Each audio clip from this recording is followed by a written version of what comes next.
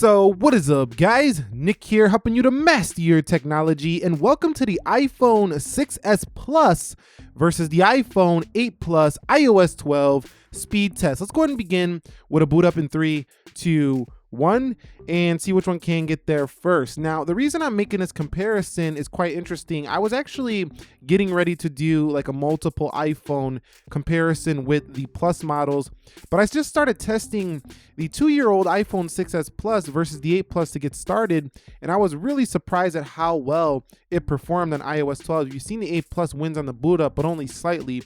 I was blown away at how much faster it got over iOS 11. You're gonna see in this video, it's almost identical performance to the iPhone 8 Plus. Okay guys, so the first thing I noticed was how similar they were on the lock screen and basically any type of response, including the fingerprint. You can see the 6s Plus actually went there first, 3, 2, 1, and looks like the 6s Plus is unlocking it first, even though they have the same Touch ID second generation. So that's pretty impressive here for this 2-year-old device. Now, in terms of the camera, you can see they go in very similarly. It looked like the 6s Plus won that one too, and very close here. So this is what I'm saying. It was immediately noticeable how much a performance improvement you get on the 6s Plus from iOS 11 to iOS 12 in comparison to like the later A11 CPU iPhone 8 Plus. Okay, so you can see iOS 12 here for the 6s Plus on the left here, and then we have iOS 12 here for the iPhone 8 Plus. Now, both of these do have a maximum battery capacity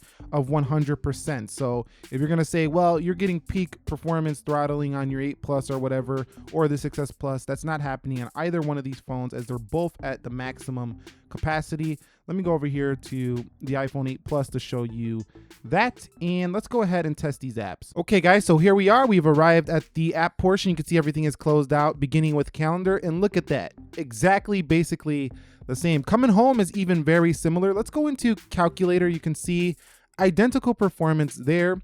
Let's go into clock.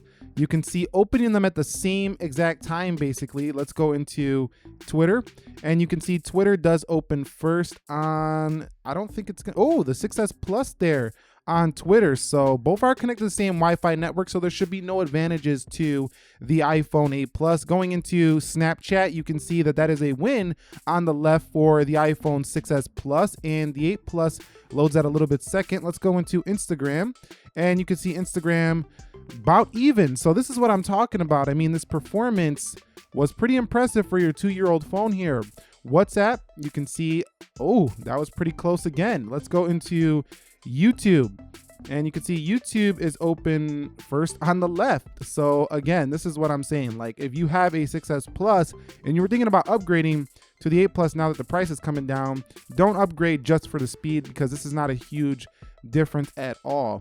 Coming home, let's go into Amazon, and you can see Amazon is open first on the right this time for the 8 Plus. But for those of you who decided to hold off on the 8 Plus and getting the Max now, I think you made the right choice here. And you could see that one was pretty close there for the eBay, but I think the 6s Plus was ahead. Now, gaming, the 6s Plus, I haven't found it to be faster than the 8 Plus. Here's where the 8 Plus starts to pull ahead. So if you were going to be upgrading to one of these, like the 6s Plus to the 8 Plus, go for the gaming stuff. Go for that more hardcore CPU stuff like the iMovie, you know, rendering, things like that, and getting a better camera, the True Tone display. That's what you're really getting, the better battery life. That's what you're really getting in the upgrades for the iPhone 8 Plus. Let's go into Dead Trigger 2.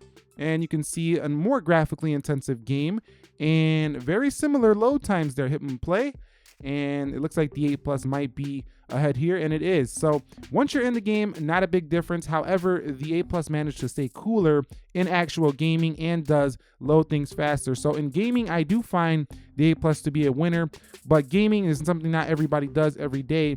And I think if you went from a 6s Plus right now on the current iOS 12, you'd be hard pressed to see the differences in speed. Going to Geekbench, you can see almost identical performance here. And one can argue maybe as 2 gigs of RAM, is that all iOS needs maybe? No, we want that 4 gigs of RAM in the XS Max. So let's head into Video Shop. And you can see that one went to the iPhone 8 Plus. Let's go into, actually we're gonna do the cameras a little bit different because I wanna see them cameras. 3, 2, 1. And you can see, I think the 6s Plus was ahead. This is pretty shocking. 3, 2, 1. and about the same. So I guess it comes down to how fast you tap it. Whatever, 70% increase. I'm definitely feeling that here for the iPhone 6s Plus when it comes to the camera opening times. But you've seen right here, basically identical performance except for a couple of games and slightly more graphically intensive Dead Trigger 2. I think if you did like an iMovie render or something like that, the 8 Plus would pull ahead, but not by too much of a margin. So this goes to show how well optimized the iOS 12 has become on phones like the iPhone 6s Plus if you had some issues on iOS 11. All right, so I want to run through them backwards to see if we get any reloads. Here's where we can test that 3 gigs of RAM versus that 2 gigs of RAM, and I'm not seeing nothing so far. Geekbench. Let's go into Slither. And how I got this idea was I was actually just playing around with the 6s Plus to kind of test that iOS 12 out, and I was noticing how fast it was, and I'm like, you know what?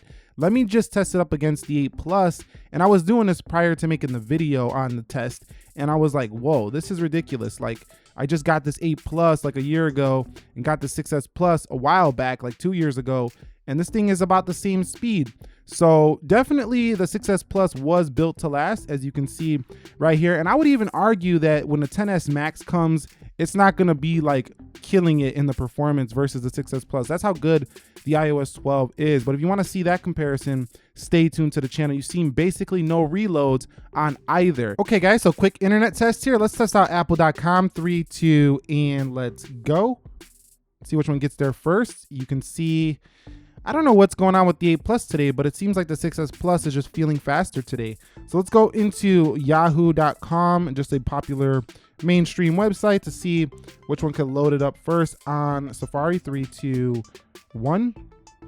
And you can see that was pretty close here on both devices. So web browsing experience going to be pretty much the same on either phone. So I mean, this is what I'm saying. The 6s Plus has a nice performance bump in iOS 12. Okay, so for those of you who wanted the Geekbench scores, easily the 8 Plus is crushing the 6s Plus in these Geekbench scores, but that doesn't prove that it's crushing in the real world as you've seen today in this test. So I think the conclusion of this video is that if you have a 6s Plus, definite update, go ahead and do it if you skipped it out already. The 8 Plus, of course, you want to do it because it just keeps it staying fast. Both phones are very fast.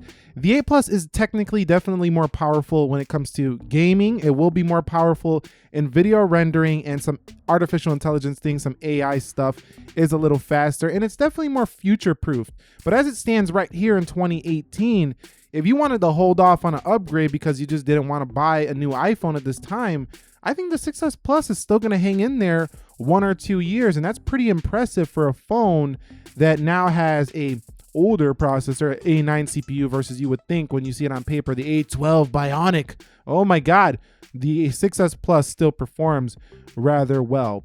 But if you guys want to see any more comparisons between the Plus models, because I do have the 6 Plus that needs to be updated to 12, also the 7 Plus, let me know down below, or some battery comparisons between them. I will consider making those. And anyway, if you found this video helpful, entertaining, enjoying, informing, do me a favor, click that like button for me, and stay tuned for the 10s videos. They are arriving today on the channel. I will catch you all in the next episode. Be sure to be well. Nick here helping you to master your technology, and peace.